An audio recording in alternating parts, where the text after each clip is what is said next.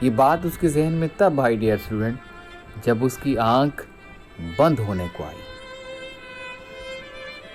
ایسا ہی نا کہ انسان جو ہے اپنی خواہشوں کو پورا کرتے کرتے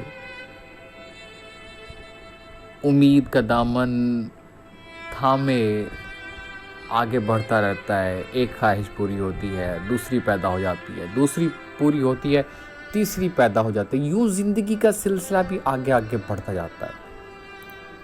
وہ یہ سمجھتا ہے کہ شاید میری رفتار بڑھ رہی ہے، میں تیز جا رہا ہوں، حالانکہ ایسا نہیں ہوتا. کیا کبھی آپ نے نوٹ کیا، دیکھا ہے کہ جو 24 گھنٹے کا روز اگر آج ہے تو تب بھی 24 ہی گھنٹے کا روز تھا جب لیلا مجنو تھے، ہیر رانجھا، سونی مہیوال، جب وہ محبت کی داستانیں تھیں نا، عشق کی داستانیں تھیں کہ جب عاشق کو دہکتے ہوئے انگاروں سے اس کا امتحان لیا جاتا تھا، دہکتے ہوئے انگاروں پہ اسے ننگے پاؤں چلایا جاتا تھا، تب بھی روز جو ہے وہ 24 گھنٹے کا ہوتا تھا. آج بھی 24 گھنٹے کا ہے. تب بھی جوانی اپنی ہی رفتار سے گزرتی تھی، جوانی آج بھی اپنی رفتار سے گزرتی ہے. بڑھاپا تب بھی اپنی ہی رفتار سے گزرتا تھا، بڑھاپا اب بھی اپنی رفتار سے گزر رہا ہے. یہ صرف انسان کی ذہن کی جو رفتار ہے نا وہ اسے مروا رہی ہے. زندگی کا جب پروسیس شروع ہوتا ہے نا، در حقیقت وہیں سے ہی موت کا پروسیس شروع ہوتا ہے. انسان اپنی خواہشوں کے پیچھے بھاگتا بھاگتا بھاگتا بھاگتا بھاگتا یہاں تک کہ اس کی خواہشوں کا پیٹ کبھی بھرتا ہی نہیں ہے، چاہے وہ مرنے کے قریب ہی کیوں نہ پہنچ جائے. اب یہ بھی آنکھ اس کی تب کھل رہی ہے، اس شعر میں بھی عاشق کی آنکھ تب کھل رہی ہے، تب اسے احساس ہو رہا ہے جب اسے سامنے موت نظر آئی ہے کہ اب میں نہیں بچ سکتا، اب میں دوبارہ جوانی میں نہیں لوٹ سکتا، اب میں اپنے بچپن میں نہیں لوٹ سکتا.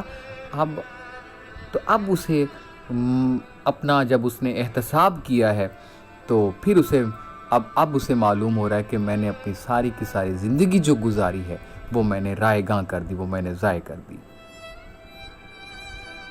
زندگی بہت بڑی نعمت ہے، لیکن آج کا انسان ہے کہ اپنی زندگی کو جو ہے وہ ضائع کرتا جا رہا ہے، بے مقصد حیات کو گزار کر. لیکن عاشق کو تو یہی احساس ہو رہا ہے اس شعر میں کہ میں نے بھی اپنی زندگی جو ہے وہ بے مقصد گزار دی، کاش مجھے موقع ملتا. اب اسے احساس ہو رہا ہے. حالانکہ مواقع ہوں گے کہ کسی مقصد کے تحت اپنی زندگی کو گزارا جائے، لیکن نہیں. جان دی، کسی شاعر نے کیا خوب کہا کہ جان دی ہوئی اسی کی تھی، حق تو یہ ہے کہ حق ادا نہ ہوا. عاشق کی خواہش جو ہے اس شعر میں بھی وہ مر رہی ہے، وہ پوری نہیں ہو رہی. خواہش جب حسرت بن جائے تو پھر بہت تکلیف دیتی ہے، پھر انسان کو کہیں بھی چین نہیں آتا، وہ چاہ کے بھی اپنے لیے سکون تلاش نہیں کر سکتا، اپنے لیے سکون کریٹ نہیں کر سکتا. ایکچولی زندگی میں سکون ہے ہی نہیں. ہر انسان سکون کے لیے بھاگ رہا ہے، سکون کے لیے دوڑ رہا ہے. ہر گھر کے تمام افراد کی جو جستجو ہے وہ سکون کی خواہش ہی ہے، لیکن بے سکونی ہے، انسان جو ہے وہ کریٹ کرتا پھر رہا ہے. ایکچولی یہ بے سکونی اور سکونی یہ اللہ کی مرضی اور انسان کی مرضی کے درمیان کا جو فرق ہے وہ وہی در حقیقت اللہ کی رضا پہ راضی نہ رہنا ہی بے سکونی ہے. تو عاشق کا اس شعر میں بہت بڑا ڈیئر اسٹوڈنٹ ایک مقصد تھا کہ کاش ایسا ہوتا کہ میں اپنی حیات کو اپنے محبوب پہ قربان کر جاتا تاکہ وفا کا جو بھرم ہے وہ قائم رہ جاتا یا وہ باقی رہتا. کیونکہ وہ جانتے ہیں، ہم جانتے ہیں، آپ جانتے ہیں کہ زندگی تو ویسے بھی گزر رہی ہے، عارضی ہے. چلی جانی ہے، لیکن اگر محبوب پہ قربان ہو جائے تو پھر اس کی کیا ہی بات ہے۔ لیکن یہاں اسے افسوس ہے کہ اس کی یہ خواہش جو ہے وہ پوری نہیں ہو پا رہی۔ زندگی اللہ تعالیٰ جب انسان کو دیتا ہے نا تو پھر اس کے سپرد کچھ کیا بہت زیادہ ذمہ داریاں بھی ہوتی ہیں کہ انسانوں سے محبت، انسانوں سے خلوص، انسان سے پیار، جانور سے پیار، محبت درس دینا ہے، پیار درس ہونا چاہیے۔ لیکن آج کے انسان کا تو جو میں تو سمجھتا ہوں کہ محبوب آج کے انسان کا تو انسان ہے ہی نہیں۔ آج کے انسان کا محبوب تو پیسہ ہے، دولت ہے، اسی سے محبت کرتا ہے، اسی کے وصال سے خوش رہتا ہے اور اسی کے فراق سے ڈرتا ہے۔ آج کے انسان کے پاس تو اولاد کے لیے بھی ٹائم نہیں ہے۔ پیسہ کمانے کے چکر میں وہ اتنا آگے نکل چکا ہے، دولت کمانے کے شوق میں وہ اس قدر نکل چکا ہے کہ اس کے پاس اپنی اولاد کے لیے بھی ٹائم نہیں ہے، وقت نہیں ہے۔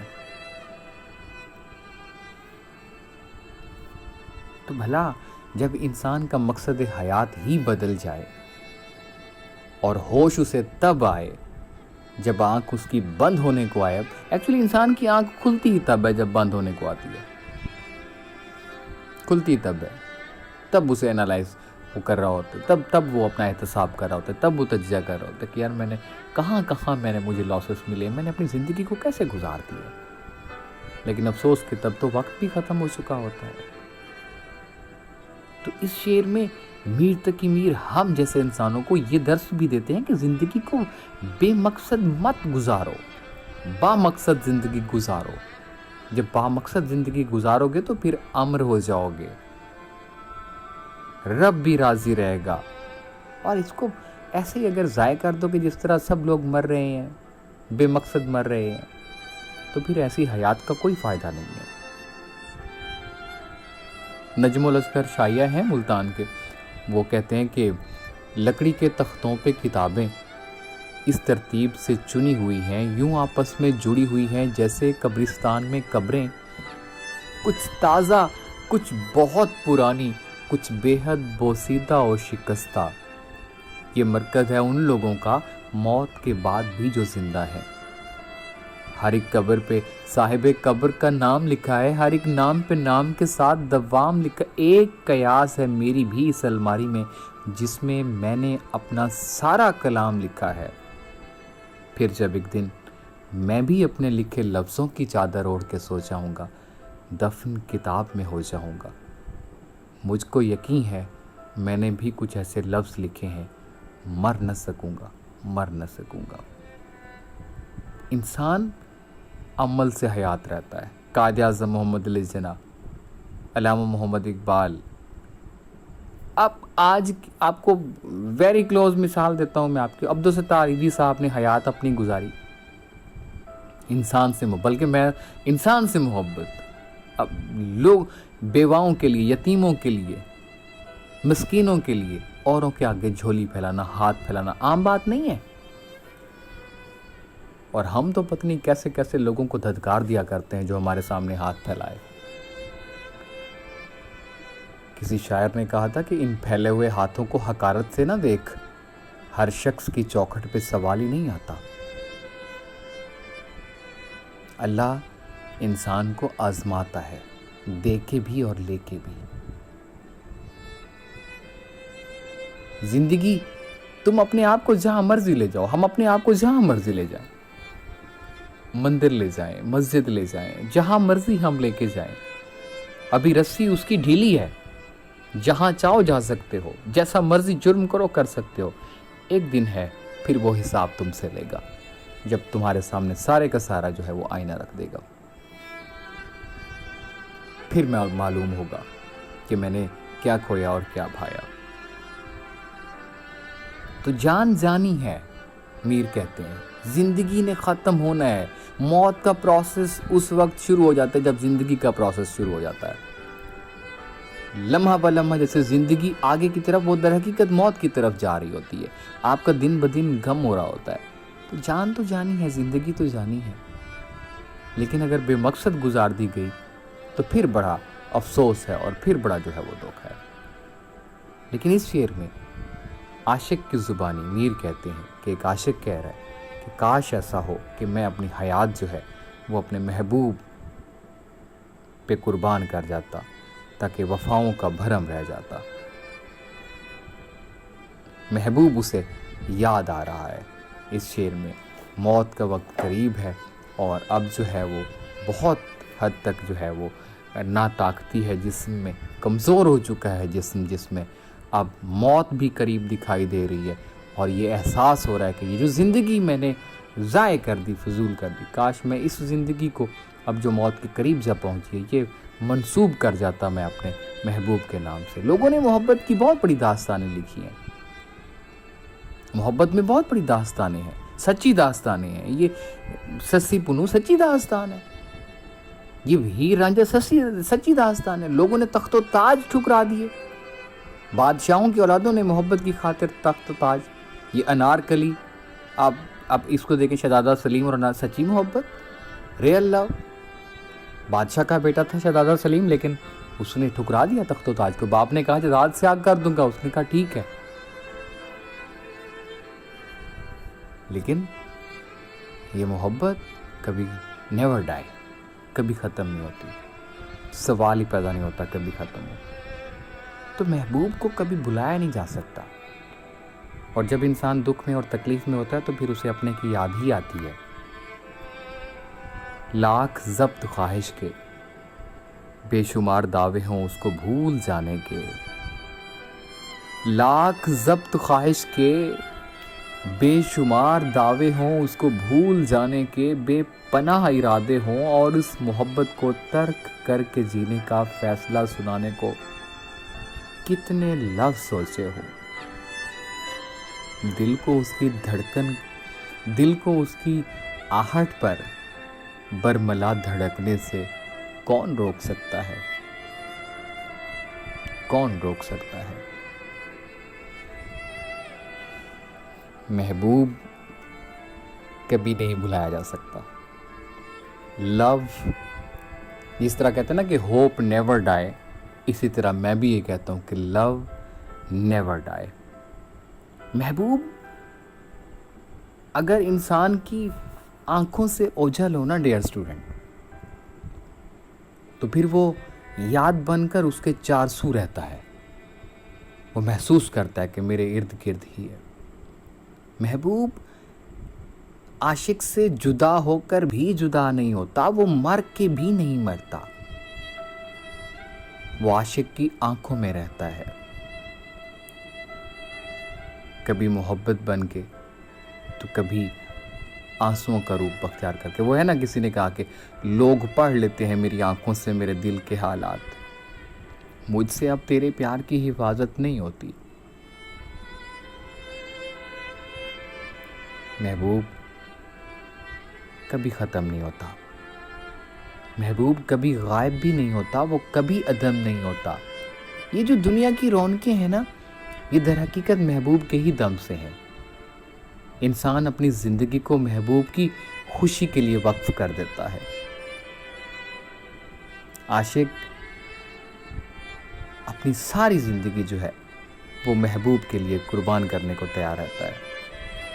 لیکن ایک بات ہے، یہ جو عاشق، محبوب اور درمیان میں محبت، یہ جو جذبہ ہے، یہ جذبہ اللہ نے انسان کو، اللہ ہر ایک انسان کو عطا نہیں کرتا، نہیں۔ کہتے ہیں کہ انسان سے محبت وہی کر سکتا ہے جس پر خدا مہربان ہو، اور خدا جب کسی پر مہربان ہو تو اسے اپنے پیارے محبوب کی محبت عطا کرتا ہے۔ اور یہ بھی میں نے پڑھا تھا کہ اللہ کے احسانات میں سے سب سے بڑا جو احسان ہے وہ محبت ہے۔ لیکن محبت کسی کم ظرف کا کھیل نہیں ہے، کم ظرف یا کم نظر کا کام نہیں ہے، یہ عالی ظرف لوگوں کے لیے، بلند نگاہ انسانوں کے کھیل ہے، یہ بلند نصیب انسانوں کی بات ہے۔ اس زندگی میں ڈیئر اسٹوڈنٹ جسے محبوب مل گیا اسے سب کچھ مل گیا۔ محبوب کس ذات کو کہتے ہیں؟ محبوب اس ذات کو کہتے ہیں جس کے تقرب کی تمنا کبھی ختم ہی نہ ہو، جسے ایک بار دیکھا اسے بار بار دیکھنے کو دل چاہے۔ ہر زندہ انسان کے لیے کوئی نہ کوئی محبوب ضرور ہوتا ہے، کوئی نہ کوئی ضرور ہوگا۔ آپ کا چہرہ آپ کا نہیں ہے، وہ کسی اور کا ہے۔ تو انسان سے محبت ہی سب کچھ ہے۔ لیکن آج کل تو معیار محبت بدل گئے ہیں، آج کل تو کرائیٹیریا بڑا چینج ہو گیا ہے۔ پیسہ، دولت، عجیب آج کے دور کے انسان کے کرائیٹیریا بن گئے ہیں۔ خیر میں اس طرف نہیں جاتا، بات سے بات نکلتی جاتی ہے جب انسان تنہائی میں بیٹھا ہوتا ہے، اکیلا بیٹھا ہوتا ہے، تو پھر اس قسم کے خیالات جو ہے وہ ذہن میں آتے رہتے ہیں، اور انسان جو ہے وہ باتیں کرتا کرتا بہت آگے نکل جاتا ہے۔ اب زندگی بہت بڑے موضوعات میں بھری پڑی ہے، محدود زندگی، لامحدود کائنات، لامحدود محبت۔ خیر شاعر اس شعر میں اس خواہش کا اظہار کر رہے ہیں جو خواہش مر رہی ہے۔ شاعر کے عاشق کے ساتھ ساتھ وہ اس کی خواہش بھی مر رہی ہے۔ کیا کہ میں اپنی زندگی کو اپنے محبوب کے نام کر دیتا، کیونکہ موت ایک اٹل حقیقت ہے۔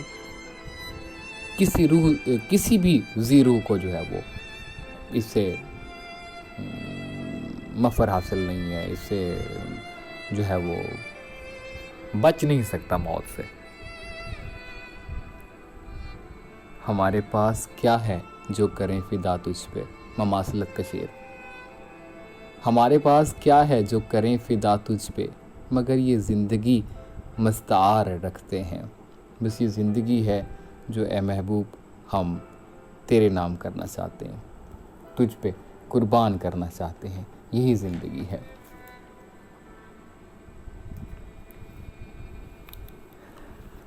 آگے چلیں جی، ہم اب 5ویں شعر پہ چلتے ہیں۔ ڈسپلے پہ دیکھیں کہ 5واں جو شعر ہے وہ یہ کہ اس میں، ڈسپلے پہ دیکھیں 5واں شعر، اس میں راہ سخن نکلتی تھی، مطلب ایک موقع جو ہے وہ مل سکتا تھا۔ اس میں راہ سخن، اس میں اگر ایسا ہوتا تو اس میں پھر ایسا ایک حل نکل سکتا تھا۔ کیا، پہلے شعر پڑھتے ہیں دوبارہ۔ اس میں راہ سخن نکلتی تھی، شعر ہوتا تیرا شعر اے کاش۔ سخن، راہ کہتے ہیں راستے کو فارسی میں، اردو میں ہم راستہ کہتے ہیں، فارسی میں، فارسی زبان میں راہ راستے کو کہتے ہیں۔ اور سخن بات کہلاتی ہے، مگر اچھی بات سخن کہلاتا ہے، جو تہذیب کے دائرے میں ہو، جو ادب کے دائرے میں ہو، وہ بات جو ہے وہ سخن وری کہلاتی ہے یا سخن۔ تو اس میں راہ سخن نکلتی تھی، کس میں جی؟ شعر ہوتا تیرا شعر، کاش تو بھی شعر کہتا ہو۔ شعر، شعر کہتے ہیں طریقہ کار کو، کہ بھی تم بھی شاعر ہوتے، نہیں تم ہاں کہہ سکتے ہیں آپ کہ آپ بھی شاعر ہوتے اور آپ بھی شعر کہتے ہوتے، تو پھر ہم شعر کے ذریعے جو ہے ہم جو ہے وہ ساری اپنے دل کی بات جو ہے کہہ جاتے۔ اے کاش، یہ وہی خواہش جو پہلے شعر سے لے کے اب تک آ رہی، 5ویں شعر تک آ رہی ہے۔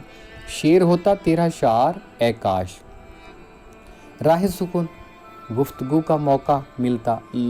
لفظی مطلب سن لیجئے جی، راہ سکون گفتگو کا موقع ملتا، شعر کہ تیرا طریقہ ہوتا، شعر شعر کہنا، شاعری کہنا۔ مفہوم ہم کچھ اس طرح سے کریں گے کہ اے محبوب، کاش تیرا طریقہ بھی شعر کہنا ہوتا، تو اس طرح پھر ہمارے درمیان جو ہے وہ بات چیت کا کوئی نہ کوئی سبب بن سکتا تھا، کوئی نہ کوئی حل نکل سکتا تھا، تو بات چیت کہہ جا سکتی تھی۔ تشریح میں ہم لکھیں گے کہ انسان اپنے دل کے جذبات اور احساسات جو ہے وہ شاعری کے ذریعے، اشعار کے ذریعے بہترین طریقے سے جو ہے وہ کسی اور تک پہنچا سکتا ہے۔ تو شاعری اگر محبوب بھی کرتا ہو، یا عاشق جس کو پسند کرتا ہے، یا انسان جس کو پسند کرتا ہے، اگر وہ بھی شاعر ہو تو پھر جو ہے وہ شعر کے ذریعے جو ہے وہ اس کے دل میں جو ہے وہ اپنے جذبات، اپنے احساسات کو جو ہے وہ پہنچایا جا سکتا ہے کہ میں تمہارے بارے میں کیسا سوچتا ہوں، کیا سوچتا ہوں، میں تم سے کیا چاہتا ہوں، یا پھر میں تم سے کتنی۔ تو شاعری انسان کے دلی جذبات اور احساسات کا جو ہے وہ اظہار ہوتا ہے۔ شعر بہت بہترین سورس ہے اپنی بات کو کسی اور تک، اپنی جذبات کو کسی اور تک پہنچانے کے لیے۔ تو یہ جو ہمارا معاشرہ ہے، اس میں خوشی ہے، غم ہے، محبت ہے، نفرت ہے، خوف، ہمدردی، عداوت، یہ جتنے بھی میں جذبات کو میں بیان کرتا جاؤں، یہ سارے کے سارے جذبات جو ہے انسان، نفرت کا اظہار بھی انسان شعر سے کر سکتا ہے، دشمنی کا بھی انسان جو ہے وہ شعر کے ذریعے کر سکتا ہے، کسی کو دھمکی بھی دے سکتا ہے، محبت کا اظہار بھی کر سکتا ہے۔ تو شاعری ایک بہت بڑا جو ہے وہ سورس ہے انسان کے پاس، جس کے ذریعے جو ہے وہ اپنے دل، جذبات، احساسات جو ہے وہ دوسرے تک منتقل کر سکتا ہے۔ تو لیکن تبھی ہوگا جب انسان وہ کمیونیکیٹ تب ہوگا، وہ مؤثر ابلاغ تب ہوگا، وہ سمجھ تب آئے گا جب اگلا بندہ بھی شعر کی ٹرم کو، شعر کو، شاعری کو جب سمجھتا ہوگا، تب اس کے دل میں جو ہے وہ سارے کا سارا صحیح جو ہے وہ طریقے سے اترے گا، ورنہ اس کو سمجھ بھی نہ آیا تو پھر اس نے تو سن کے اڑا دینا ہے۔ شاعری کیا ہے؟ دلی جذبات کا اظہار ہے، اور اگر آپ اس میں اپنے گفتگو، اپنے دل کے جذبات کو اگر آپ شاعری میں شامل نہیں کر پاتے تو پھر آپ کی شاعری بھی بیکار ہوتی ہے۔ کہتے ہیں کہ بانسری کا سر اس لیے اثر رکھتا ہے کہ وہ اندر سے نکلتا ہے، اور شعر بھی اگر جو ہے وہ دل کی تاثیر سے ہو کے نکلے، جذبات کو جذبات میں صرف ٹچ نہیں بلکہ جذبات میں لت پت ہو کے نکلے، تو پھر جب اندر سے نکلتا ہے تو وہ پھر اندر تک جا کے لگتا ہے۔ اسی لیے تبھی تو ہم کہتے ہیں کہ غالب آج بھی غالب ہیں، کہ غالب کا عرصہ 1800 سمتھنگ، اور تب بھی اگر ہم پڑھتے ہیں ان کی شاعری، اس وقت کی شاعری کو آج ہم پڑھیں تو آج بھی ہمارے احساسات کو اور جذبات کو چھو جاتی ہے۔ لہٰذا میر حسرت آمیز، حسرت بھرے لہجے میں جو ہے وہ بیان کرتے ہیں اور کہتے ہیں کہ اے محبوب، اگر تم بھی شاعر اور سخن شناس ہوتے تو کیا ہی خوب ہوتا، ہم بہت ہی بہتر طریقے سے جو ہے وہ بہت اچھے انداز میں، بہت ہمارے لیے آسان ہوتا کہ ہم لوگ جو ہے وہ ہم جو ہے مطلب اپنے جذبات کو تم تک پہنچا دیتے۔ احمد فراز کا ایک شعر ہے جی کہ ستم تو یہ ہے کہ ظالم سخن شناس نہیں، ستم تو یہ ہے کہ ظالم سخن شناس نہیں، وہ ایک شخص جو شاعر بنا گیا مجھ کو، وہ ایک شخص جو شاعر بنا گیا مجھ کو، ہمیں ان سے ہے وفا کی امید جو نہیں جانتے وفا کیا ہے۔ اور ایک اور شعر بھی میرے ذہن میں آ رہا ہے، سنے ذرا کہ فراق اے کاش سننے والوں کے سینے میں دل ہوتا، فراق گورکھپوری کا ہے کہ فراق اے کاش سننے والوں کے سینے میں دل ہوتا، حقیقت ہوتی ہے اشعار میں باتیں نہیں ہوتی۔ شاعر بہت سینسٹیو ہوتا ہے، وہ جو اس کو پریڈکٹ کرتا ہے، جو دیکھتا ہے وہی جو ہے وہ جو کچھ اس کی آنکھ دیکھتی ہے وہی وہ سارے کا سارا جو ہے وہ درد، وہ پیار، وہ نفرت، وہ عداوت، وہ سارے کا سارا وہ جو ہے شعر کے ذریعے جو ہے بہت آسانی سے جو ہے وہ کہہ جاتا ہے۔ مختصر یہ کہ میر نے محبوب کے سخن شناس نہ ہونے پر بہت ہی گہرے دکھ اور افسوس کا اظہار کیا ہے کہ کاش ہمارا محبوب اگر سخن شناس ہوتا، شعر کہتا ہوتا، تو پھر تو ہمارے لیے بہت آسان ہوتا ہم اپنے دل کی. ایکچولی عاشق جو سچا ہوتا ہے وہ اظہار محبت کر ہی نہیں پاتا، جتنے مرضی لفظ سوچے ہوں اس نے. جب محبوب سامنے ہوتا ہے تو اس کے دل کی دھڑکن اگر نارملی اس کی 72 پہ چل رہی ہے، جب محبوب کی گلی میں، محبوب کا دیدار تو دور کی بات، محبوب کی گلی میں بھی ہو تو اس کے دل کی دھڑکن 110 120 پہ چلی جائے گی 1 منٹ میں. تو وہ کہاں جو ہے وہ سوچ پاتا ہے کہ مجھے کیا کہنا چاہیے تھا، کیا نہیں کہنا چاہیے تھا. جو بھی لفظ سوچے ہوں، دیدار یار ہوتے ہی وہ سارے کے سارے لفظ جو ہے وہ وہیں بھول جاتا ہے. کچھ اس ادا سے آج وہ پہلو نشیں رہے، جب تک ہمارے پاس رہے ہم نہیں رہے. تو ہوش ہی نہیں ہوتا. یہ جو محبت کا جذبہ ہوتا ہے یہ لفظوں کا تو محتاج ہی نہیں ہوتا. جتنے مرضی آپ نے لفظ سوچے ہوں، آپ اظہار نہیں کر پاتا انسان. یہ جذبہ آنکھوں سے ہی جو ہے وہ عیاں ہوتا ہے اور آنکھوں سے ہی پہچانا جاتا ہے. تو پھر اس لیے وہ کہتے ہیں جی ہم اتنی جرت نہیں ہو رہی کہ کیسے اسے جا کے کہیں کہ جی ہمیں آپ سے محبت ہے، ہم آپ سے پیار کرتے ہیں. تو یہ کہیں ایسا نہ ہو کہ محبوب کو برا لگے اور یہ انداز بھی ان کو پسند نہ آئے، تو شعر کے ذریعے کہہ دیتے ہیں. ہو سکتا ہے کہ ہمیں ہلکی سی جو ہے وہ سمائل مل جائے، یا ہمیں ہلکا سا جو ہے وہ ہماری اس جذبے کا احترام کر لیا جائے. تو شاعری بہت اچھا سورس ہے انسان کے دل کے جذبات اور اظہار کے لیے. تو لیکن افسوس ہے میر کو اس بات پہ کہ جی میرا جو محبوب ہے، عاشق کو افسوس ہے اس شعر میں کہ میرا جو محبوب ہے وہ شعر سمجھتا ہی نہیں ہے. اگر میں مذاقاً ڈیئر اسٹوڈنٹ کہوں تو جیسے کیمسٹری کے لوگ ہوتے ہیں، بایو کے لوگ ہوتے ہیں، بہت کم تعداد میں ہوتے ہیں جن کو جو ہے وہ شاعری کچھ سمجھ آتی ہے، وگرنہ تو موسٹلی لوگوں کو بالکل بھی شعر سمجھ نہیں آتا. یہ میں بات اس بحاف پہ کہہ رہا ہوں کہ میری اپنی مسز جو ہے وہ کیمسٹری سبجیکٹ کی جو ہے وہ سبجیکٹ اسپیشلسٹ ہیں. تو میں بھی اگر ان کو کبھی کبھی محبت میں آ کے، پیار میں آ کے، ظاہر میاں بیوی کا ایک رشتہ ہوتا ہے، احترام کا رشتہ ہوتا ہے، پیار کا، محبت کا رشتہ ہوتا ہے، اور میں بھی کبھی کبھی اگر ان کو ایسے کوئی شعر سناؤں تو وہ کہتے ہیں اچھا ختم ہو گیا، آگے بھی ہے. تو جب اس قسم کے پھر کچھ بات سنتے تو پھر کوئی فائدہ نہیں ہوتا، پھر عجیب سا لگتا ہے ایک بندے کو. تو شاعری جو ہے وہ سورس ضرور ہے، لیکن آگے بھی سمجھنے والا ہو، پھر انسان کو لطف آتا ہے، پھر مزہ آتا ہے، پھر اچھا بھی لگتا ہے. قدردان ہو نا آگے تو پھر جو ہے وہ انسان جو ہے وہ پھر اور زیادہ جو ہے وہ اس فن سے عقیدت کرنا شروع کر دیتا ہے.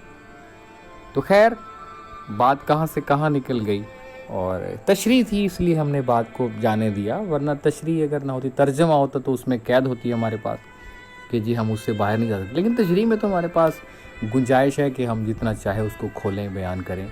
تو ڈیئر اسٹوڈنٹ، افسوس ہے عاشق کو اس شعر میں کہ میرا جو محبوب ہے وہ شعر سمجھتا ہی نہیں ہے، وہ اس طرح سے اس کو دیکھتا ہی نہیں ہے. چلیں ہم آگے شعر نمبر 6 پہ چلتے ہیں. جی شعر نمبر 6 اور آخری شعر ہے. جی آخری شعر ہے، غور سے سنیے گا.